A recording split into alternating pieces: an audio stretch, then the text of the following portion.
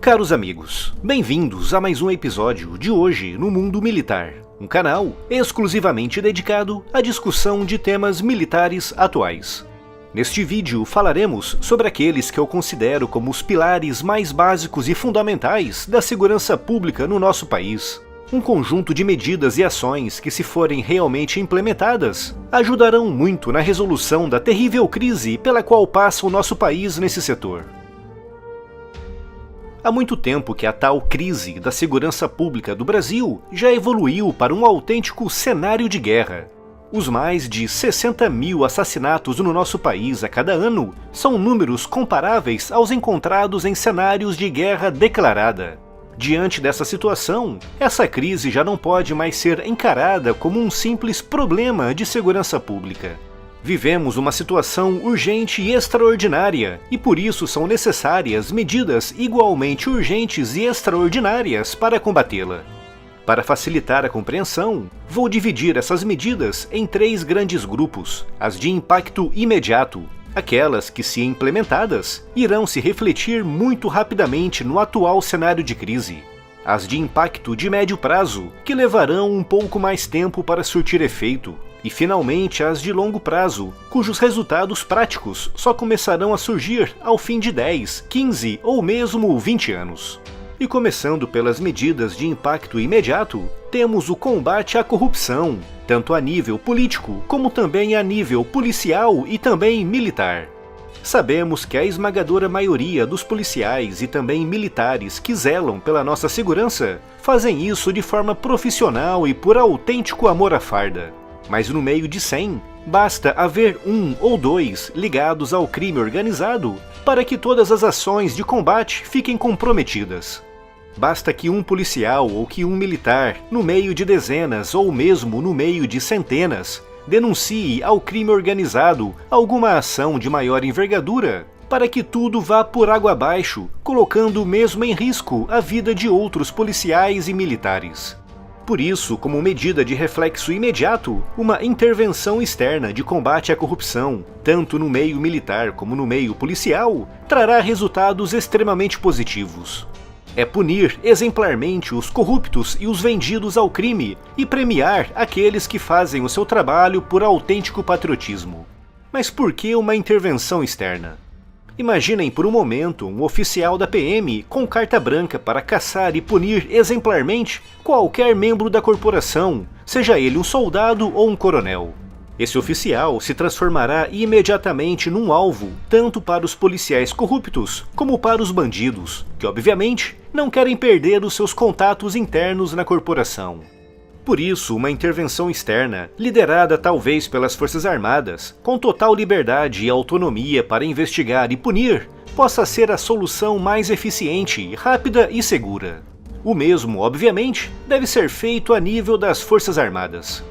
E através dessa medida, com as maçãs podres definitivamente jogadas no lixo, a maioria do contingente policial e militar, formado por homens honestos e devotados ao serviço público, poderá executar o seu trabalho com autonomia, liberdade e, principalmente, segurança.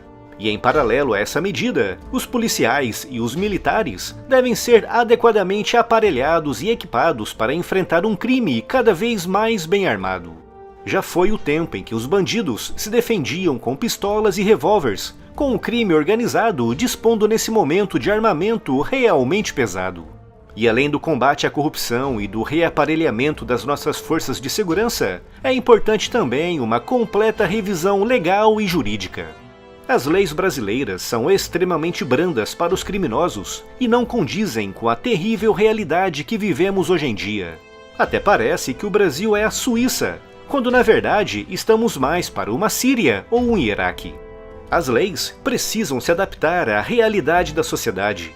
Em tempos de paz e prosperidade, leis mais brandas. Mas em tempos conturbados de crise extrema como a que vivemos hoje, leis mais severas para os criminosos. Não defendo um estado de exceção. Aquilo que eu defendo é uma maior autonomia para as nossas forças de segurança atuarem contra o crime como deve ser. Do que adianta colocar o exército nas ruas do Rio de Janeiro com a legislação e com as regras atuais de engajamento? Viu ao longe um grupo de criminosos armados com pistolas e fuzis e não há civis por perto? Então, é para disparar para matar. E usar cada vez mais os mandados de busca por área para agilizar a caça de criminosos que covardemente se escondem atrás de civis inocentes e assustados. Os direitos civis são muito importantes, mas como referi no início, as leis precisam se adaptar à realidade do momento.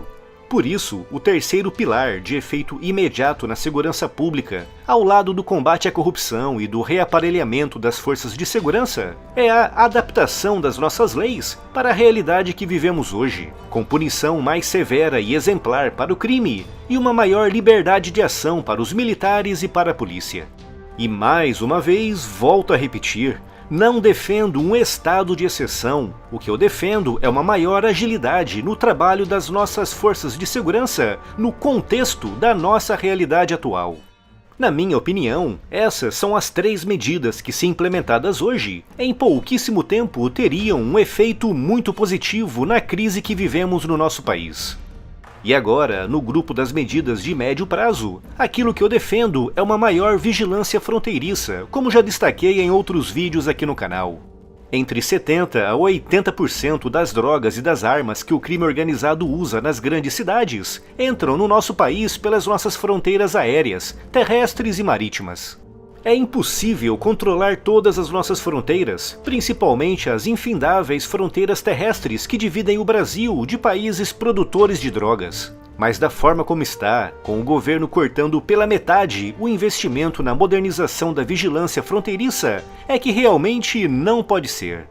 Através de um investimento mais pesado no controle das nossas fronteiras, e também de um combate mais ativo contra a corrupção nos portos e aeroportos, uma parte significativa das armas e das drogas que alimentam o crime organizado nas grandes cidades poderão ser detidas antes de chegarem ao destino. Essas medidas, um maior investimento no controle fronteiriço e um combate à corrupção nos portos e aeroportos, se implementada hoje, traria efeitos muito positivos ao fim de poucos meses ou anos.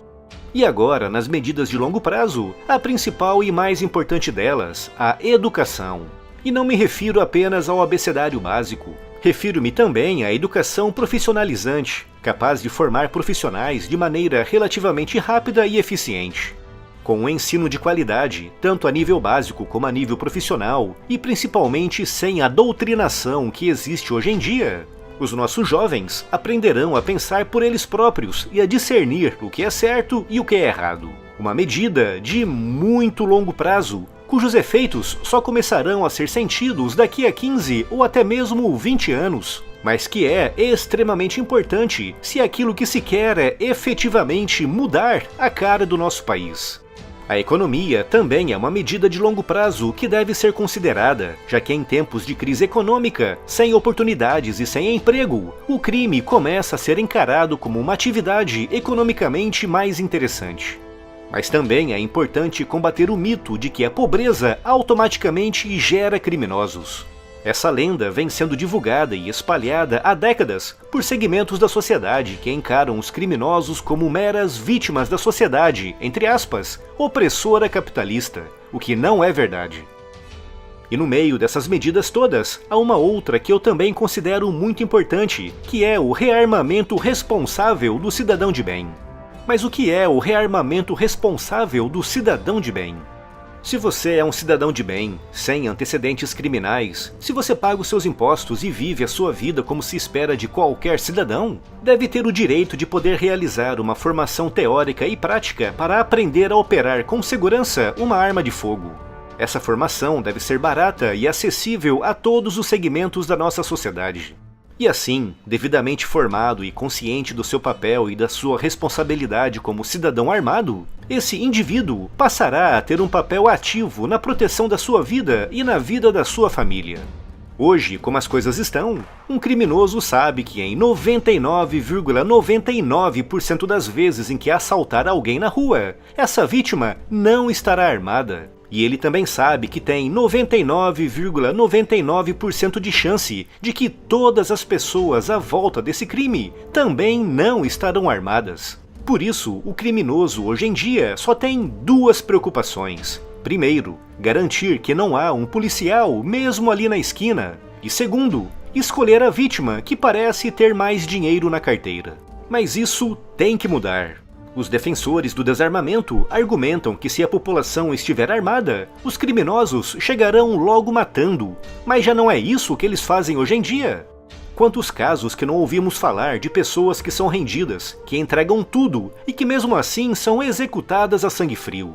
Da forma como está, o cidadão de bem é um cordeiro completamente indefeso no meio de uma floresta repleta de lobos famintos, cuja única preocupação é escolher o alvo mais suculento.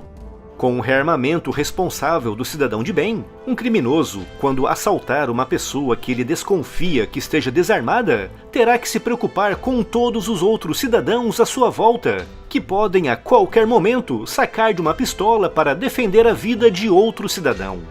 Por isso, eu defendo o rearmamento responsável do cidadão de bem.